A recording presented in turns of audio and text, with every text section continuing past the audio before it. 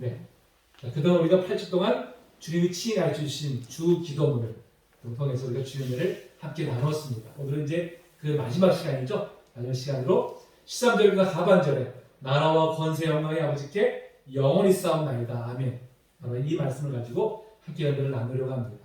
오늘 우리가 이 마지막 바로 이 13절 하반절 말씀을 가리켜서 송영이라고 표현해요. 송영. 바로 이제 하나님께 영광을 올려드리는 찬송라는 이제 그런 뜻입니다. 근데 예전에 우리가 통일 찬송가에는 이 앞에 대개라는 말이 들었어요. 대개라는 말이. 그렇죠? 근데 21세기 찬송가에는 이 단어가 이제 빠져 있습니다. 그래서 우리 교회의 주기도문을 암송할 때는 대개라는 말을 넣지 않죠? 그렇지 않고 이제 암송을 지금 하고 있습니다. 여전히 지금도 이제 대개라는 말을 또 넣는 분들도 많이 있죠? 넣는 게 맞을까요? 빼는 게 맞을까요? 예. 원래 헬라 원문을 보면 이 본문 앞에 호티라고 하는 접속사로 시작돼요. 접속사. 이 접속사가 이제 호티는 우리가 따지면 왜냐하면 이런 뜻입니다. 왜냐하면. 근데 이제 우리 한글 성경에는 성경을 번역하면서 유독 이 접속사 부분을 많이 생략을 했어요. 사실. 그러다 보니까 조금 원문의 뜻과는 좀 우리가 선뜻 이렇게 이해가 되지 않는 부분들이 있습니다. 좀 그 의미가 사실 안 와닿는 부분들이 있어요. 자, 우리가 지금까지 우리가 주기도문을 살펴봤잖아요.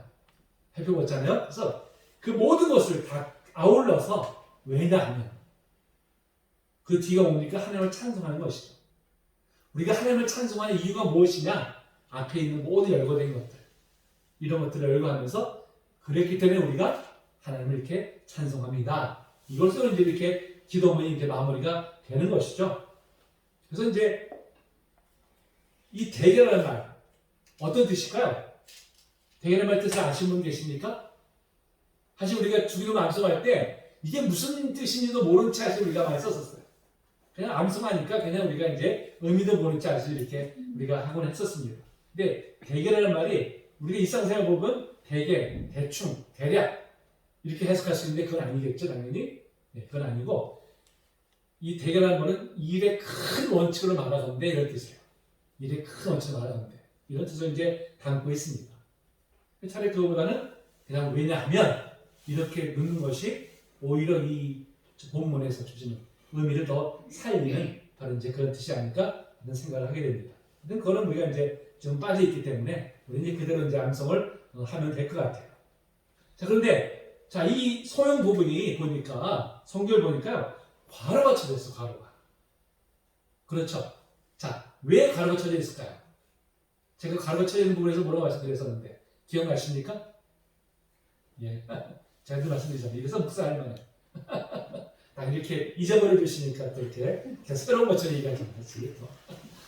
예전에 어떤 분이 이걸 설교하면서 이렇게 말씀하시더라고요. 아, 성경에는 중요한 부분을 특별히 괄호를 칩니다. 이렇게 표현하더라고요.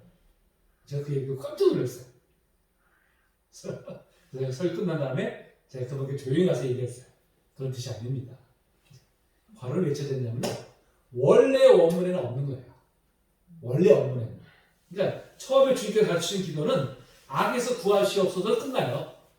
끝나는데 후대에 가서 이것을 하나의 예배성으로 집어넣기 위해서 이제 그 송영 부분으로 마지막에 이제 이 부분을 삽입을 한 것입니다. 삽입을 한 것이지 원래 이제 원문에는 이것이 없는 거예요. 그래서 이제 성경에 보면 괄호가 쳐져 있는 부분들은 다 원래는 원문에는 없었던 것이다. 후대에 사입한 것이다. 여러분들 이제 그렇게 아시면 되겠어요. 처음 들으신 것 같죠? 제가 다 말씀드린 부분이에요. 이것은 이제 유대인들의 전통에 따른 것입니다. 유대인들은 항상 처음과 마지막을 하나님 앞에 송영으로 시작하고 송영으로 끝나요. 우리가 시편도 보면 시편의 마지막 145편, 150편까지는 다 송영 부분입니다. 다 할렐루야 하면 끝나요. 그렇죠? 그것을 이거는 이제 다윗의 기도에 바로 이제 따른 것입니다. 다윗이 이제 역대상 29장 10절 13절을 보면은 하나님을 찬양하는 바로 이제 그런 그 찬송을 올리고 있어요. 이제 그것이 이제 바로 이제 시편에서 이제 그것이 반영이 되고요. 유대인들 오랫동안 그 전통을 가지고 있습니다. 그래서 이제 우리도 이제 바로 그 전통을 따라서 이렇게 주기도문 마지막에 이렇게 송영 부분을 이렇게 이제 삽입을 해서 지금 고백을 하고 있는 것입니다. 자, 어떤 이 우리가 중요한 살펴봤는데요. 자, 우리가 하나님 앞에 기도하는 이유가 무엇입니까? 기도하는 이유. 우리가 기도라는 개념 자체를 우리가 이제 어떻게 보면 그 토속적인 어떤 신앙, 조상 전례부터 이루어왔던 토속적인 신앙과 하시는 기독교가 이게 은근히 융합이 돼 있어요. 사실은. 융합이 돼 있다 보니까 원래 우리가 이 그 성경에 말씀하는 기도의 본질적인 의미하고 좀 동떨어진 사실 이제 그런 의미로 우리가 기도를 생각할 때가 참 많이 있다는 것이죠. 그래서 우리는 기도를 뭐냐면요, 뭔가 간구하는 것. 그러니까 옛날부터 우리가 그 어머니들이 예전에 왜 뒤에 이렇게 항아리 위에다가 물 떠놓고서는 저 떠놓고서는 비나이다 비나이다 뭐 산수리님 뭐 하여튼 누구 다 불러가면서 이제 우리 아주 잘 되게 하시고 뭐 저 잘 돌아오게 하시고 그렇게 간구했었잖아요. 그러니까 우리는 기도를 그런 개념으로 생각하시는 것들 해요. 그런 개념들. 물론 그런 기도도 있죠. 기도도 있지만 자, 궁극적인 목적은 뭡니까? 바로 하나님께 영광을 올려드리기 위함이라는 것이죠. 하나님 우리 지으신 목적이 무엇입니까? 우리 알고 하나님을 찬송하게 하려 함이라고 말씀했잖아요. 바울사도 뭐라고 말씀했어요? 너희가 먹든지 마시든지 무엇을 하든지 다 하나님의 영광을 위하여 하라고 했습니다. 영광을 위하여. 웨스민스터 소유리 문답 제1문에 보면 사람의 제일 되는 목적이 무엇인가 이렇게 질문하죠. 자, 그 답이 무엇일까요? 사람의 제일 되는 목적은 바로 하나님을 영원롭게 하는 것과 영원토록 그를 즐거워하는 것이다 이렇게 답하고 있습니다. 우리 사람의 목적은 무엇보다도 하나님을 영원롭게 하는 것입니다. 내 영광이 아니라 내 유익이 아니라 하나님을 영원롭게 하는 것, 하나님의 영광 돌리는 것, 이것이 바로 우리의 존재의 목적이라는 것이죠. 제일 목적이 바로 이제 돼야 되는 것입니다. 그러면서 우리가 이 주기도문으로 기도해야 되는 이유도 바로 뭐예요? 바로 하나님께 영광을 올려드리기 위해서. 우리가 바로 이러한 기도를 이제 올려드리고 있는 것입니다. 특별히 오늘 우리가 이 송영 부분은 바로 이 앞에서 드렸던 주기도문의 중요한 기도들을 다시금 반복하고 있어요. 그 내용 보니까 뭡니까? 처음에 뭐라고 시작돼요? 나라와 나라와. 그렇죠? 자, 나라가 임하시오니. 그렇잖아요. 그렇게 기도가 왔었죠. 하나님의 나라가 이 땅에 회복되기를 우리 이제 간구하라고 말씀하셨습니다. 그래서 바로 나라와 바로 그것이 가장 먼저 이것을 이제 나오죠. 예수께서 이 땅에 오신 목적이 뭐라고 했습니까? 목적이 1차적으로 우리를 구원하기 위해서. 그렇죠? 근데 그냥 구원만 하시기 오셨을까요? 우리를 구원해서 어떻게 하시기에? 하나님 나라의 백성을 삼기 위해서. 그렇죠? 그래서 하나님 나라를 이루기 위해서. 그러니까 예수님께서 이 땅에 오신 목적은 우리는 자꾸 이것을 개인적인 구원관으로만 생각을 해요. 그래서 나를 구원하기 위해서 할렐루야 감사합니다. 우리 이것을 끝나야지. 나 구원받았네? 난 됐어. 여러분 이것은 반쪽짜리 신앙이에요. 예수님께서 오신 목적은 무엇입니까? 이 땅의 하나를 이루기 위해서죠. 회복하기 위함입니다. 그래서 예수님께서 공생의 첫 일성이 뭐예요? 회개하라 하나님 나라가 가까이 왔느니라 했고요. 예수님께서 부활하시고 승천하시기 전에 40일 동안 제자들이 뭐 하셨어요? 하나님 나라의 일을 가르치셨다고 말씀하고 있어요. 그러니까 처음에 오셔서도 하나님 나라를 선포하셨고 가실 때까지 하나님 나라를 선포하셨어요. 결국 뭐예요? 예수님께서 이때 오신 목적은 하나님 나라를 회복하기 위함입니다. 우리는 뭐가도 이때 하나님 나라를 이루기 위해서 회복하기 위해서 우리는 간구해야 되죠. 무엇보다도 우리 자신 안에 우리 안에 먼저 하나님 나라가 이루어져야 됩니다. 하나님 나라 어떤 나라입니까? 하나님 뜻에 순종하는 백성들이 모이게 오시죠. 그래서 뭐 먼저 내가 하나님 뜻에 온전히 순종을 힘써야 되죠. 우리 가정, 우리 교회가, 우리 모든 관계가, 우리 사회가, 이 나라가, 온 세계가 바로 하나님 뜻에 순종하는 나라. 세워지도록 우리는 그를 위해서 우리가 힘있게 우리 기도해야 될 줄로 믿습니다. 자, 그 다음에 나라와 그 다음에 권세가 권세. 권세는 헬라어로 두나미스라고 하는데요. 다이나마이트라는 단어가 바로 여기서 파생됐어요. 여기서 나온 단어입니다. 다이나마이트. 힘, 권능 이런 뜻이죠. 권세는 뭐예요? 국가와 사람을 움직이는 그런 힘을 이제 가리키는 것입니다. 당시 누가 이 권세를 갖고 있었어요? 당시에 로마 황제였었습니다. 그렇죠? 로마 황제가 정말 온 그 유럽으로부터 시작해서 아시아까지, 아프리카 북부까지 그 세계를 이제 지배하고 있었죠. 정말 로마 황제 말 한마디면 사람의 목숨이 왔다 갔다 했습니다. 막강한 권세를 이제 가지고 있었죠. 그러니까 그 로마 황제의 권세에 대항했다가는 초토화돼 버립니다. 그러니까 유대 민족들이 로마에 항거를 했다가 AD 70년에 결국 예루살렘 성전이 완전히 멸파됩니다. 완전히 무너지게 됐고요. 그때 유대인들이 다 나라가 완전히 잃어버렸어요. 그래서 온 세계에 흩어지게 됩니다. 그때부터. 그래서 1948년에 이제 나라가 회복이 되는데 무려 1900년 동안 나라 없이 떠도는 그런 민족이 이제 돼버린 것이죠. 참 나라가 없는 서름. 이건 정말 얼마나 큰 것인지 몰라요. 자, 그런데 그 당시에 그리스도인들은 뭐라고 고백했습니까? 권세가 로마 황제에 있는 것이 아니라 하나님께 있습니다. 라고 고백했어요. 눈으로 볼 때 로마 황제가 다 가진 것 같지만 사실은 하나님께서 모든 권세를 가지고 계시다고 이제 고백을 했습니다. 이로 인해서 그리스도인들은 로마 황제를 우상화시키는 신성화시키는 그런 것들을 철저하게 배격을 했어요. 결국은 그리스도인들이 그렇게 무자비하게 탄압을 받은 이유가 바로 이제 거기에 있는 것이죠. 다른 민족은 다신교 문화예요. 그래서 자기들이 섬기는 신에다가 로마 황제도 사입하는 게 추가하는 게 어렵지 않아요. 워낙 다양한 신을 섬겼으니까 거기다 그냥 목록 하나 추가하는 거예요. 그런데 유독 그리스도인들만은 예수 그리스도 외에는 다른 주가 없는 거예요. 다른 주가 있을 수가 없기 때문에 그걸 끝까지 항거를 했어요. 그래서 정말 십자가 처음부터 시작해서 화형도 당하고 사자에게 맹수에게 이제 찢겨 죽임을 당하는 그런 끔찍한 죽음을 당하면서도 끝까지 믿음을 지켰던 것을 이제 우리가 볼 수가 있죠. 그렇다면 오늘날 가장 막강한 권세는 무엇일까요? 가장 막강한 권세.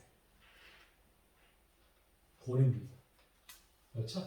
돈이 가장 막강한 권세. 지금은 모든 힘은 다 돈에서 나온다고 믿는 세상입니다. 우리는 그런 세상에서 살아오고 있어요. 많은 사람들이 돈이면 하지 못할 일이 없다고 생각합니다. 심지어 공권력조차도 돈 앞에서 무기력할 때가 얼마나 많은지 몰라요. 재판도 돈이 있으면 풀려나오고 돈이 없으면 억울하게 저렇게 옥살이도 하게 되는 그야말로 무전유죄, 유전무죄라는 이제 많이 나오게 할 정도입니다. 그러니까 모든 사람이 다 돈의 노예가 되어버렸어요. 돈이라면 수단 방법을 가리지 않고 양심을 팔아먹는 시대를 우리가 지금 살아가고 있습니다. 우리 지금 그런 시대에 살아가면서 세상 모든 사람들이 돈이 힘이라고 소리칠 때 우리는 무엇을 고백해야 됩니까? 아니다. 모든 권세는 다 하나님께 있다고 우리가 고백하죠. 여러분 고백만이 아니라 실제로 우리가 그렇게 살아야 되죠. 어떻게 살아야 됩니까? 돈을 벌 때 정직하게 벌어야 되죠. 정직하게. 조금 손해보는 듯이 좀 양보하면서 살아야 되죠. 또 내가 가진 것을 작지만 좀 이웃과 나누는 일에 우리가 힘을 쓰는 이런 모든 것들이 바로 모든 것을 하나님께 있음을 고백하는 것입니다. 돈의 노예가 되지 않고요. 우리는 하나님을 이렇게 모든 것에 있음을 고백하면서 하나님 뜻대로 우리가 살기를 힘써야 할 줄로 믿습니다. 자, 마지막으로 영광이죠. 영광은 영광 받으신다. 하나님께서 높임을 받으신다. 찬양을 받으신다. 라는 뜻입니다. 사실 영광은 사실 세상의 모든 사람이 다 갈망하는 거예요.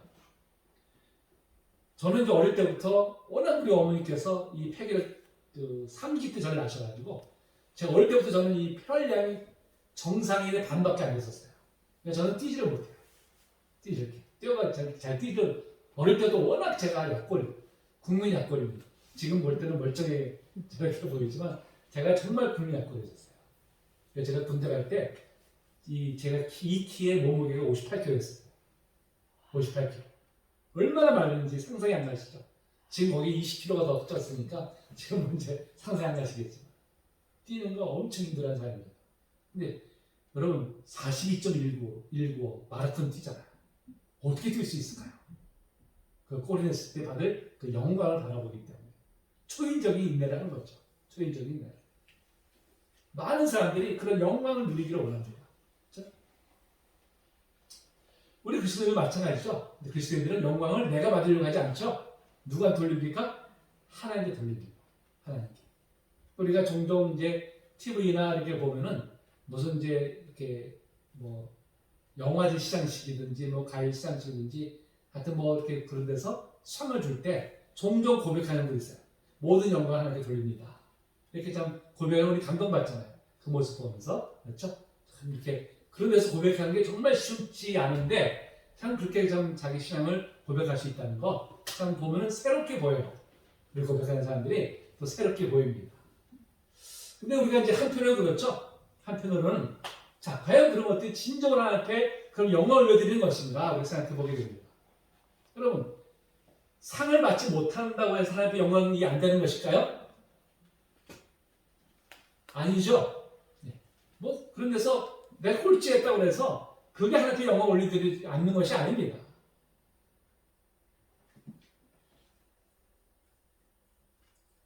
우리가 사회 속에서 종종 특히 이제 이런 기도를 드릴 때가 있어요. 우리 자녀가 대학 진학 앞에 두고 있어. 하나님 우리 아들이 이번에 정말 좋은 데 가가지고 하나님께 영광을 드리게 하옵소서. 이렇게 간구하잖아요. 그러면 좋은 데 못 가면 하나님께 영광을 드리는 게 아닐까요?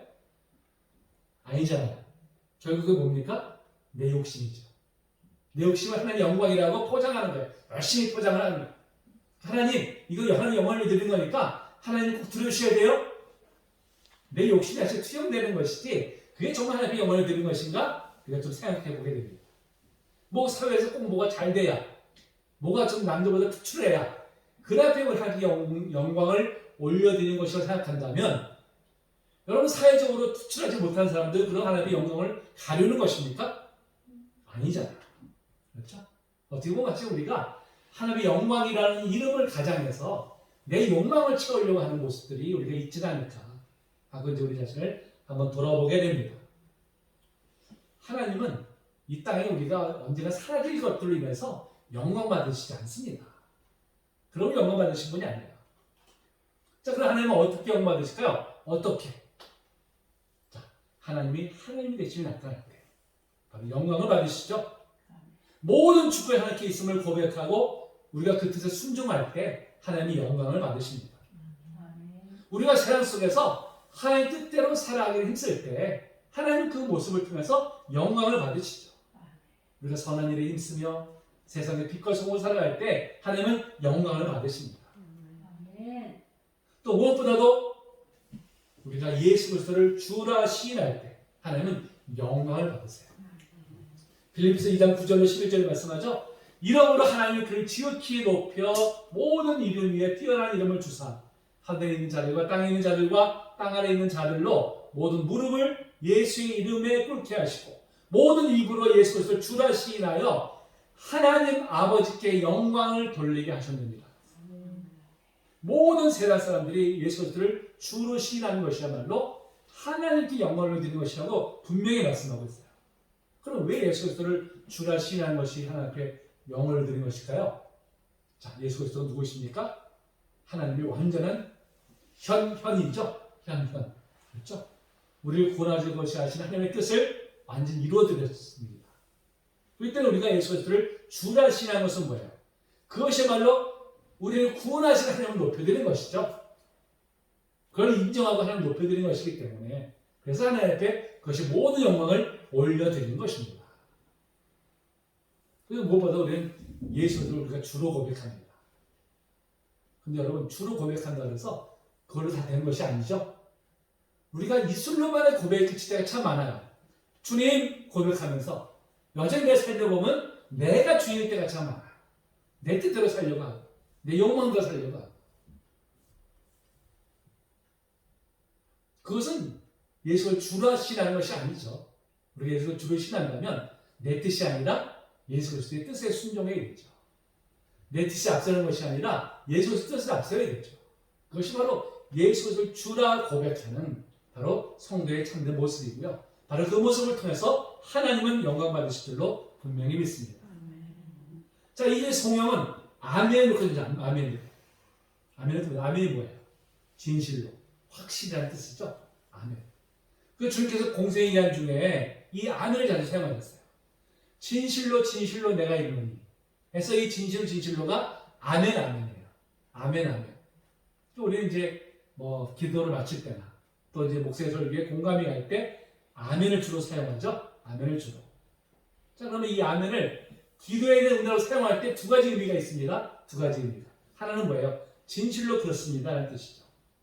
자, 예배 시간에 예배 기도를 드릴 때, 대표 기도를 드릴 때 아멘으로 화답했다면 저의 마음도 그와 같습니다라고 고백하는 것이죠. 주의가 주신 주기도문을 우리가 아멘으로 바친다면 제 마음이 바로 기도의 내용 그 자체입니다. 이렇게 이제 우리가 고백을 하는 것입니다. 자, 또 하나 의미가 있죠. 또 하나가 무엇보다도 그렇게 되기를 기원합니다는 뜻입니다. 그렇게 되기를. 기도는 뭐예요? 이 술로만의 고백이 아니라 우리 삶의 방향이고 결단의 표시라고 말씀드렸습니다. 그렇죠? 우리가 주기도문 기도했다면 어떻게 해야 돼요? 이제 그렇게 되기를 힘쓰겠다고 하는 결단의 표시로서 아멘이라고 외치는 것입니다. 그냥 주문처럼 아멘이 아니라 주님 제가 이렇게 살겠습니다. 결단하는 것이죠. 결단. 제가 주기도문을 처음 강의 시작할 때 말씀드렸던 게 뭐예요? 주 기도문에서 기도를 빼면 뭐예요? 주문의 주문. 그렇죠? 우리가 주기도문을 주문처럼 외워요. 그냥 주문처럼. 어떤 분들은 그렇게 또 기도원에서 가르치는 분들이 있더라고요. 주기도문을 100번 외우면 귀신이 쫓겨나가. 사도신을 100번 외우면 귀신이 다 쫓겨나가. 역사 일어나. 이렇게. 여러분 그건 주문처럼 외우라는 것은 그거는 참된 그 성경의 뜻이 아닙니다. 그거는 정말 다른 그 이상한 종교, 무속신앙에서 가르치는 거예요. 그걸 그냥 아무렇지 않게 들여와가지고 그걸 그냥 습관대로 하고 있어요. 그건 절대 그런 올바른 모습이 아닙니다. 우리가 주기도문은 주문처럼 외우라는 것이 아니라 그 뜻대로 어떻게 그 뜻을 살피고 그 뜻대로 살라고 하는 것이죠. 여러분 그대로 살지 않으면서 아무리가 기도한다고 해서 그것이 무슨 하나님 앞에 영광이 되겠습니까? 우리가 정말 신앙생활에서 주기도문을 얼마나 많이 암송합니까? 그렇잖아요. 숱하게 정말 암송해요. 그런데 왜 삶의 변화가 안 나타납니까? 무엇 때문에? 마음을 담아 기도하지 않는 거예요. 그래서 자기가 결단하지 않는 거예요. 그냥 주문처럼 외우니까 삶의 변화가 나타나지 않고 있는 것이죠. 여러분 느헤미야가 자기 고국의 소식을 들었을 때 어떻게 했어요? 눈물을 흘리면서 기도했어요. 금식하면서. 하나님 예루살렘 성이 회파가 돼가지고 우리 동족들이 고통을 당합니다. 그들을 불쌍히 주시옵소서. 그가 기도했어요. 근데 그는 기도만 하지 않았습니다. 그렇죠? 그 성을 재건할 일을 자기가 결단하죠. 스스로 하겠다. 기도만 하고 그렇지 않았어요. 하나님 내가 기도했으니까 누군가를 보내서 그걸 하게 해주세요가 아니라 기도했으니까 어떻게 해요? 자기가 갔어요. 행동이 온 것이죠. 그때 하나님께서 그를 도우셔서 정말 50일이라고 하는 정말 짧은 시간에 예루살렘 성벽을 복원하는 그런 놀라운 역사를 이제 일으킵니다. 우리는 기도했다고 해서 우리가 할 것을 다 했던 것이 아니라 이제 어떻게 돼요? 기도한 대로 그 일이 이루어지도록 우리가 힘을 써야 되죠. 하나님 이름이 거룩히 여김을 받으시면 기도했다면 하나님 이름이 거룩히 여김을 받으시도록 우리가 힘써야 되죠. 하나님 나라가 임하시기를 기도했다면 정말 하나님의 이 땅에 이루어지도록 우리가 힘을 써야 되죠. 그러면서는 기도는 절대 정적인 것이 아니라 동적인 거예요. 행동하는 것입니다. 단 입술로만 고백이나 간구가 아니라 그렇게 이제는 기도한 대로 살겠습니다는 결단의 표시죠. 우리가 이 주기도문을 송용으로 마치는 것은 바로 이 기도의 내용이 진실로 그러하기 때문에 이제는 그렇게 살겠습니다 라고 이제 우리가 결단하는 것입니다.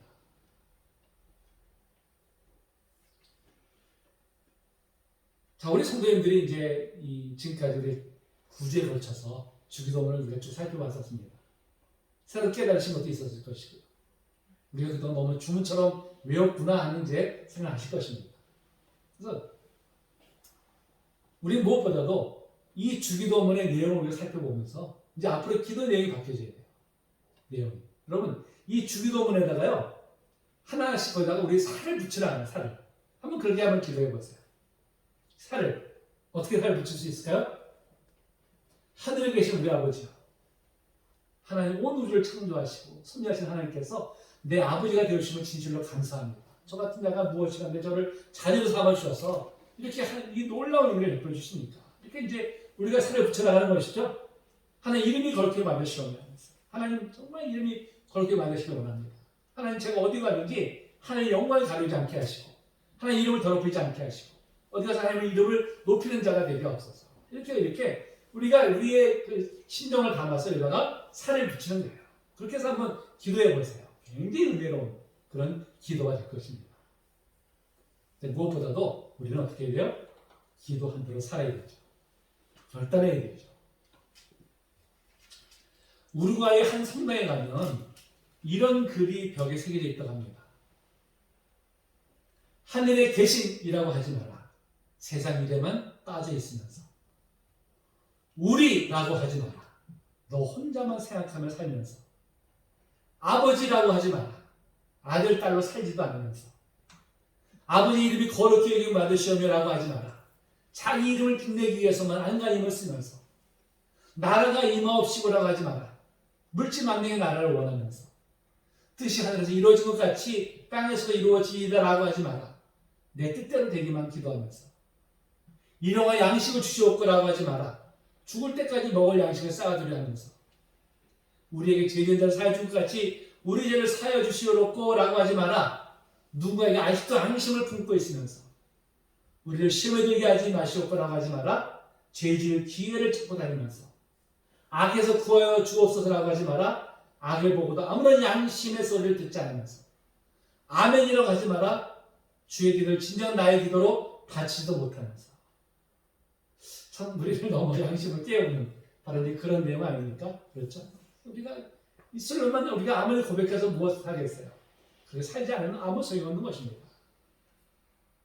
기도했으면 기도는 우리가 살기로 우리가 힘을 써야겠죠. 주님께서 우리 기도문을 가르치신 것은 그저 암송하라고 주신 것이 아닙니다. 그렇게 이제 살기를 힘쓰라고 가르치신 것이죠. 그러니까 우리는 기도와 우리 삶이 일치되게 해서 우리가 힘을 써야겠죠. 그것이 바로 주님이 원하시는 성도의 참된 모습인 줄로 분명히 믿습니다. 물론 우리는 기도한 대로 단번에 완벽하게 살 수는 없어요. 누구도 그렇게 될 수 없습니다. 다만 목표적 목표, 우리 삶의 목표. 여러분, 삶의 목표가 있는 것과 없는 것은요 엄청난 차이가 나요. 우리가 어떤 목표점을 향해서 달려가는 사람과 목표가 없이 달려가는 사람은 나중에 보면 천차이가 납니다. 목표가 있으면 우리가 가다 길을 좀 잃다가도 다시 와요. 다시 그게 가는데 아예 목표가 없어 그러면 어떻습니까? 엉뚱한 데 빠져버리고 다시 돌아오지 못해요. 그러니까 주님께서 우리에게 말씀하신 모든 이 말씀들은 다 뭡니까? 우리의 삶의 목표예요.